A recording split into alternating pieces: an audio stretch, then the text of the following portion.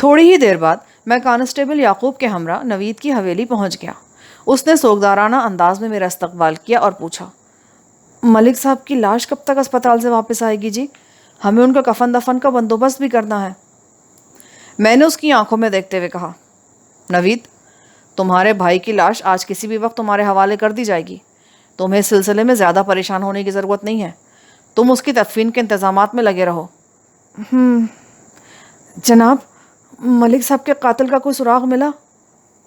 ہاں، ایک سراغ ملا تو ہے۔ کیا؟ وہ اضطراری لہجے میں بولا۔ میں نے جیب سے وہ لاکٹ نکال کر اس کی جانب بڑھا دیا۔ ہمیں جائے وقوع سے یہ لاکٹ ملا ہے۔ کیا تم اسے شناخت کر سکتے ہو؟ جناب، میں اس لاکٹ کو تو آنکھیں بند کر کے بھی شناخت کر سکتا ہوں۔ یہ جائے وقوع پر کیسے پہنچ گیا جی؟ یہی سوال میں تم سے کرتا ہوں۔ ویسے تمہارے جذباتی رد عمل سے میں نے اندازہ لگا لیا ہے کہ یہ لاکٹ تمہارا ہی ہے، یعنی نوید۔ آپ کا اندازہ تو 100% درست ہے تھانے دار صاحب، لیکن یہ بات سمجھ میں نہیں آ رہی کہ یہ جائے وقوع پر کیسے پہنچ گیا۔ یہ تمہاری ملکیت ہے تو اس کے بارے میں پتہ بھی تمہیں ہونا چاہیے۔ کیا تم اسے اپنے گلے میں پہنے رہتے ہو؟ جی ہاں، لیکن پچھلے چند دنوں سے میرے پاس نہیں ہے۔ پتہ نہیں کہاں گم ہو گیا تھا یہ۔ میں تو اس کے کھو جانے پر خاصا پریشان رہا تھا۔ میں نے ٹٹولتی ہوئی نظروں سے اسے گھورا۔ یہ لاکٹ ہمیشہ تمہارے گلے میں موجود رہتا تھا اور اس کی ٹوٹی ہوئی زنجیر بتاتی ہے کہ کسی افراتفری کے نتیجے میں یہ تمہارے گلے سے نکل کر کہیں گر گیا تھا۔ مجھے یہ لاکٹ جائے وقوع سے ملا ہے، جس کا مطلب یہ نکلتا ہے میں نے ابھی جس افراتفری کا حوالہ دیا وہ جائے وقوع پر ہوئی تھی، ہے نا؟ میری مسلسل گھورتی ہوئی آنکھوں کی وہ تاب نہ لا سکا اور ادھر ادھر دیکھتے ہوئے جھنجھلاہٹ آمیز لہجے میں بولا، جناب، میں پہلے ہی ملک صاحب کی ناگہانی موت پر پریشان ہوں، الٹا آپ خواہ مجھے پر شک کر رہے ہیں۔ میں خواہ کچھ نہیں کرتا ملک نوید۔ یہ لاکٹ تمہارا ہے اور اس مقام پر پڑا ملا ہے جہاں تمہارے بڑے بھائی کو بے دردی سے قتل کیا گیا ہے، اس لیے میں تم سے پوچھ گچھ کر رہا ہوں، سمجھے؟ جناب، میں نے آپ کو بتایا ہے نا، یہ لاکٹ چند روز پہلے گم ہو گیا تھا۔ یہ جائے وقوع تک کیسے پہنچا مجھے اس کے بارے میں کچھ نہیں پتا۔ آپ میری بات سمجھنے کی کوشش تو کریں۔ میں تمہاری بات کو بخوبی سمجھ رہا ہوں، لگتا ہے لیکن میری بات تمہارے پلے نہیں پڑ رہی۔ بہرحال تمہارے بھائی کے قتل کی تفتیش ابھی جاری ہے، مجھے پوسٹ مارٹم کی رپورٹ کا بھی انتظار ہے۔ تمہیں میرا مشورہ یہی ہے کہ جب تک میں اس کیس کی تفتیش مکمل نہیں کر لیتا تم گاؤں سے قدم باہر نہیں نکالو گے۔ گاؤں کیا جناب، آپ کہیں تو میں حویلی سے باہر قدم نہیں نکالوں گا، لیکن خدا کے لیے جی مجھ پر ایسا گھناؤنا شک نہ کریں۔ وہ ٹوٹے ہوئے لہجے میں بولا، ملک نوید، پولیس کا کام شک کے بغیر چل ہی نہیں سکتا۔ اگر ہم یہ کام نہ کریں تو سب لوگ ہمیں شریف شہری ہی نظر آئیں، بلکہ چوروں اور بدماشوں نے تو کچھ زیادہ ہی شرافت اوڑھ رکھی ہے، اور اسی لبادے کی آڑ میں وہ لوگ سنگین نوعیت کے جرائم کا ارتکاب کرتے ہیں۔ ہمیں مجرموں کا کھوج لگانے کے لیے شک تو کرنا ہی پڑتا ہے۔ بہرحال اگر تم نے کوئی جرم نہیں کیا تو تمہیں فکر مند ہونے کی کوئی ضرورت نہیں ہے۔ میں جو کچھ بھی کر رہا ہوں اسے معمول کی کارروائی ہی سمجھو۔ آخری جملہ میں نے دانستہ اسے مطمئن کرنے کے لیے کہا تھا، اور مجھے اس جملے کے واضح اثرات بھی مرتب ہوتے دکھائی دیے۔ اسے مزید ہدایات دینے کے بعد میں حویلی سے نکل آیا۔ میں نے کانسٹیبل اشتیاق کو ملک نوید کی نگرانی پر متعین کر رکھا تھا، لیکن وہ مجھے کہیں نظر نہیں آیا۔ میں نے حویلی میں داخل ہوتے وقت اور وہاں سے رخصت ہوتے وقت بھی چاروں جانب نگاہ دوڑا کر اشتیاق کو دیکھنے کی کوشش کی تھی، لیکن ایسا محسوس ہوتا تھا جیسے وہ وہاں موجود ہی نہ ہو۔ اشتیاق کی اس حرکت پر مجھے شدید غصہ آیا، اور میں نے سوچا جیسے ہی وہ مجھے ملے گا میں اس کے کان ضرور کھینچوں گا۔ ہم تھانے پہنچے تو اشتیاق وہاں موجود تھا۔ میں نے فوراً اسے اپنے کمرے میں طلب کر لیا۔ میں اس کی حرکت پر خاصا برہم تھا، لیکن جب اس نے اپنے غیاب کی سنسنی خیز تفصیلات بیان کی تو میری ساری خفگی اور برہمی دھل گئی۔ اشتیاق کے مطابق وہ میری ہدایات پر ملک نوید اور اس کی حویلی کی نگرانی کر رہا تھا۔ آج الگ صبح اس نے ایک بندے کو مشکوک حالت میں حویلی کے پچھواڑے منڈلاتے ہوئے دیکھا۔ وہ ایک محفوظ آڑ میں کھڑے ہو کر اس کا جائزہ لینے لگا۔ حویلی کی عقبی دیوار میں ایک چھوٹا سا دروازہ بنا ہوا تھا، اور وہ شخص اسی دروازے کے قریب ٹہل رہا تھا۔ تھوڑی ہی دیر کے بعد مذکورہ دروازہ کھلا اور وہاں مقتول کی بیوہ نوری کی شکل دکھائی دی۔ اشتیاق کو حیرت کا ایک جھٹکا سا لگا۔ وہ تو ملک نوید کے نمودار ہونے کی توقع کر رہا تھا، کیونکہ میں نے اسے نوید کی نگرانی پر مامور کیا تھا۔ اشتیاق آڑ میں رہتے ہوئے اس مشکوک بندے اور نوری کو دیکھتا رہا۔ ان دونوں کی ملاقات لمحاتی ثابت ہوئی۔ نوری نے چمڑے کا ایک بیگ اس بندے کو تھمایا اور حویلی کے اندر غائب ہو گئی۔ دروازہ بند ہوا اور وہ بندہ چمڑے کا بیگ لے کر ایک جانب بڑھ گیا۔ یہ ایک ایسا منظر تھا جس نے اشتیاق کے رگ و پے میں ایک سنسنی سی دوڑا دی۔ پہلے اس کے دماغ میں آیا کہ وہ فوراً اس واقعے کی اطلاع مجھے دے، لیکن پھر اس کی سوچ بدل گئی۔ اس کے اندر سے آواز اٹھی کہ اگر وہ تھانے چلا گیا تو یہ بندہ ہاتھ سے نکل جائے گا۔ تھانے دار صاحب کو بعد میں بھی رپورٹ کی جا سکتی ہے، پہلے اس پراسرار بندے کا تعاقب کر کے یہ پتہ لگانا چاہیے کہ وہ ہے کون، کہاں سے آیا ہے اور بیگ لے کر کہاں جا رہا ہے۔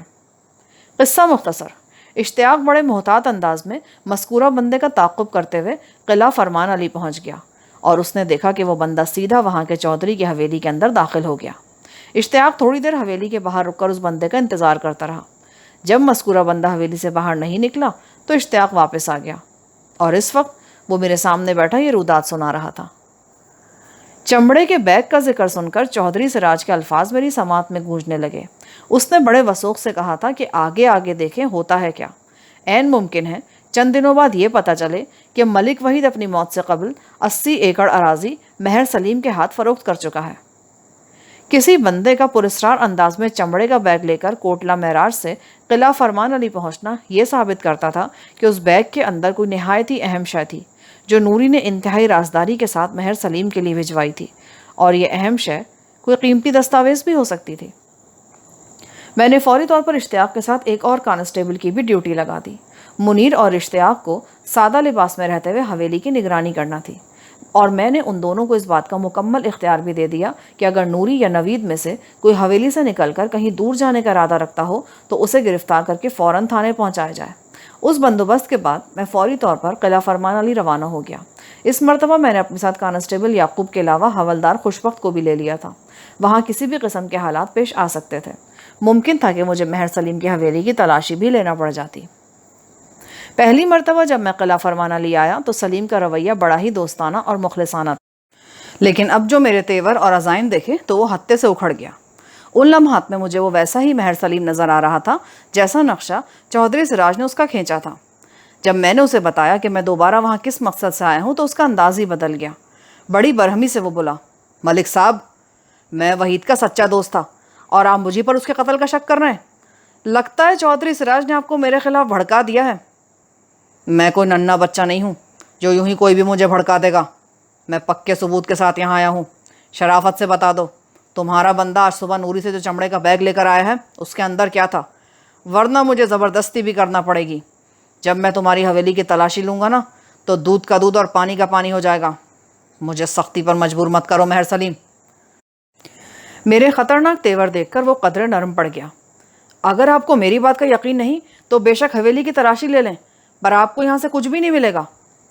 حویلی کی تلاشی تو میں بعد میں لوں گا مہر سلیم، پہلے تو مجھے اس کمرے میں لے چلو جہاں تم زمین و جائیداد کے کاغذات کو محفوظ رکھتے ہو۔ آپ کو اس کمرے میں اور ان دستاویزات سے آپ کو کیا کام ہے بھلا؟ وہ بے حد ہراساں انداز میں بولا۔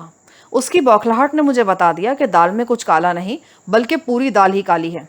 میں نے اس کی آنکھوں میں دیکھتے ہوئے طنزیہ لہجے میں کہا، میں ان دستاویزات کو دیکھ کر یہ اندازہ لگانا چاہتا ہوں مہر سلیم کہ تمہاری زمین اور جائیداد کہاں سے کہاں تک پھیلی ہوئی ہے۔ اسے تم مردم شماری کی طرح جائیداد شماری سمجھ لو، اور اس طرح یہ سمجھنے میں بھی آسانی رہے گی کہ مقتول ملک وحید نے اپنی 80 ایکڑ اراضی کب اور کتنی رقم کے عوض تمہارے ہاتھ فروخت کی تھی۔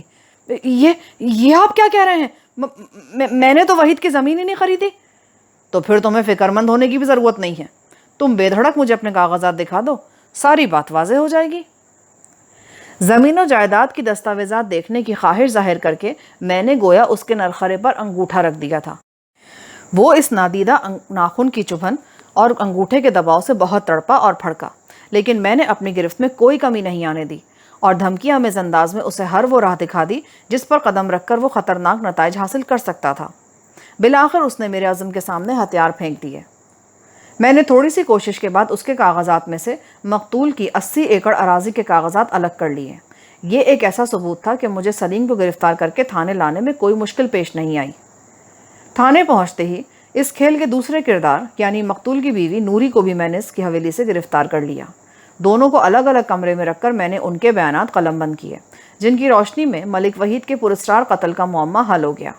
یہ قتل مہر سلیم نے کروایا تھا اور اس کام میں نوری کی تائید شامل تھی۔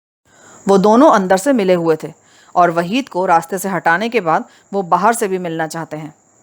نوری نے اپنے اقراری بیان میں بتایا کہ جب مہر سلیم کا ان کی حویلی میں آنا جانا شروع ہوا تو وہ اسے پسند کرنے لگی تھی۔ پھر یہ پسندیدگی اتنی بڑھی کہ وہ اس کے بغیر زندگی کا تصور بھی محال سمجھنے لگی۔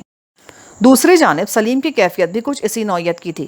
وہ نوری سے عشق لڑانے کے دوران میں یہ فراموش کر بیٹھا کہ بالفاظ دیگر وہ اپنے دوست کی پیٹھ میں چھرا گھونپ رہا ہے۔